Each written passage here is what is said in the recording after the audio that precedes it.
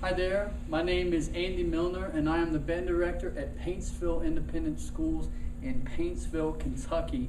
Today's lesson is lesson 15 and it's on ledger lines. Ledger lines. Okay, ledger lines are very short little lines that are written above a staff or below a staff. So they would be written above in this area or below in this area. Notes can be written on those lines or the spaces created by those lines to extend the staff. So let me show you this. It actually says ledger lines are very short lines added above or below the staff. We covered that. Notes may be written on these ledger lines or in the spaces between the lines. So a note can be written here on the line or can be written on the spaces created by the lines, just like that. Okay, on the page it shows this, draws this note out. And it says this note is one ledger line above the staff. And then you can go 2 and 3 and 4. You're really only limited by 1, the range of the instrument, or 2, theoretically, the space given on your piece of paper. So there really is no limit to how far these notes can go up. This is 1 space above the staff. This would be considered 2 spaces above the staff. If we had a 3rd one, that would be your 3rd space above the staff. Okay. Now on the paper, in the lesson, it draws out. It identifies these notes. It shows that this one, if we were in treble clef, shows that this note is a G. It shows that the second line is an A. Shows that the next thing that would happen is a B. And if we had another, if we had a note drawn, say on this, it would be a C. If you notice, there is a pattern that forms by doing this. As we move up, we go from G, then we move to A, then we go up to B, and then we go up to C. That's precisely the order that it will follow on all of these ledger lines. So one may have an issue with identifying ledger lines. When they get really, really high, it does become a problem for some. But if you work slowly, you can figure them out. Let's say we have a piece that requires us to identify that note right there. Okay, now if you're new to this, that's insane because you've done your work trying to remember the lines and spaces of the staff in both bass clef and treble clef, and that's hard enough. But so what you need is, instead of memorizing where each one of these notes happen at, you need a system. And the system that I recommend at first will be to just simply follow the music alphabet. Remember, your alphabet is A, B, C, D, E, F, and G. There are no H's in the music alphabet. And after you get to the G, you repeat back to the A. So if we know from the book that this note right in here is a G, then we can follow up with the rest and just go in the order and identify our notes. So this starts with G. So we go back to A, B, C, D, E, F, and G.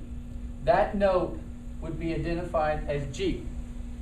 Now, I've spent the first half of this little lesson talking about ledger lines that extend the staff going up.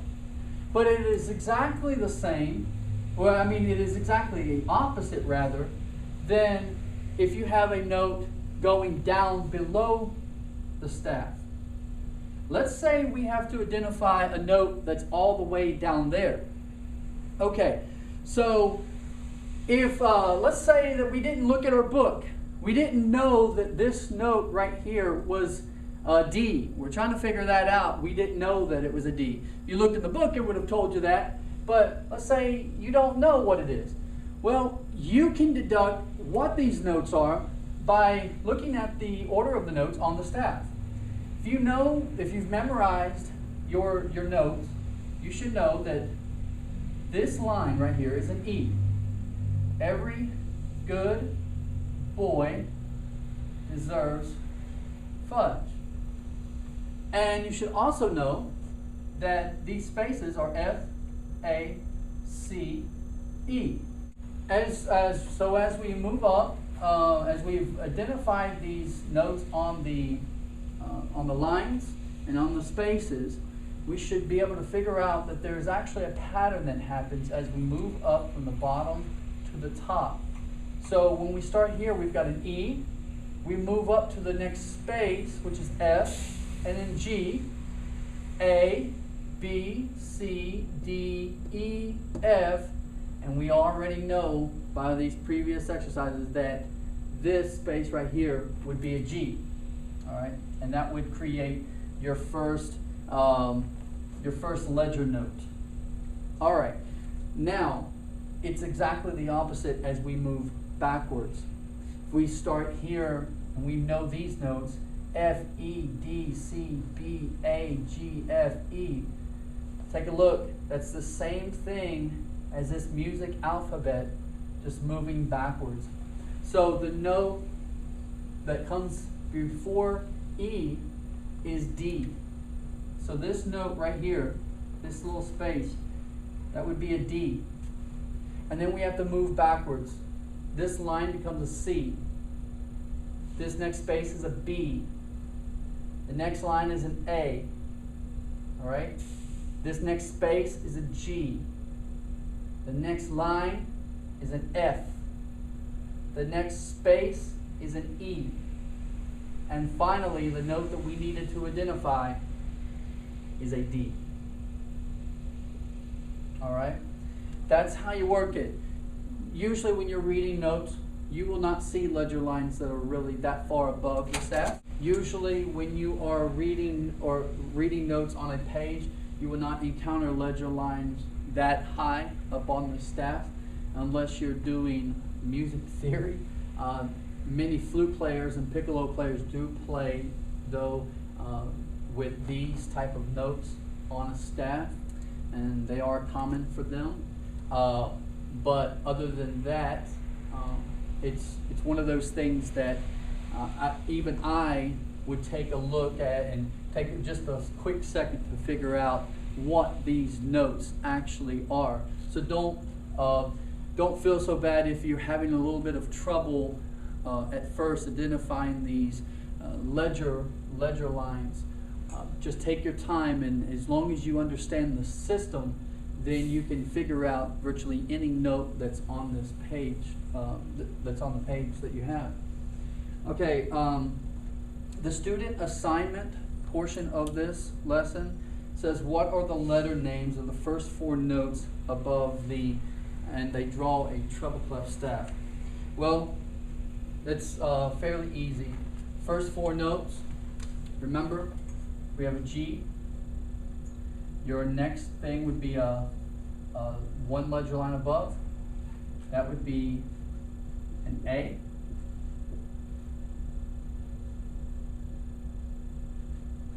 Two spaces above would be a B, because we're following this order.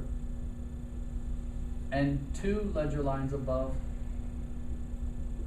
would be C. Number 2 asks, what are the letter names of the first four notes below the treble clef space? All right, so it's asking you, what are the first four Okay. These are the first four notes that you will see, taking up the space, the line, the next space, the next line. We go backwards in the music alphabet. D, C,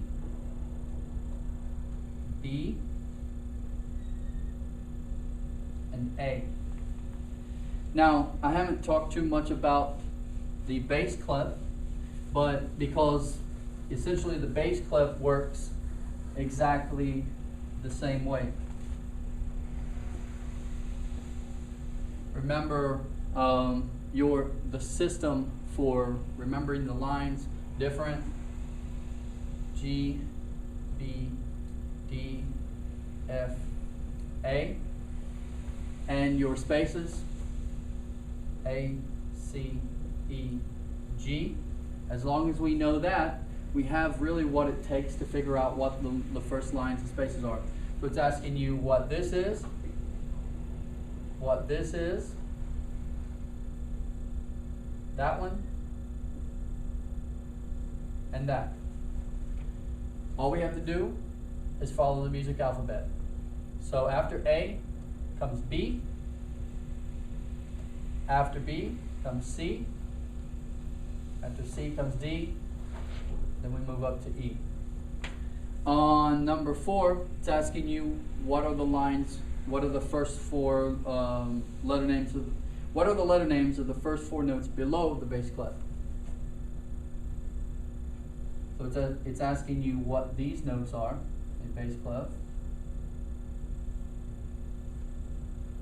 And so we have to do the exact opposite.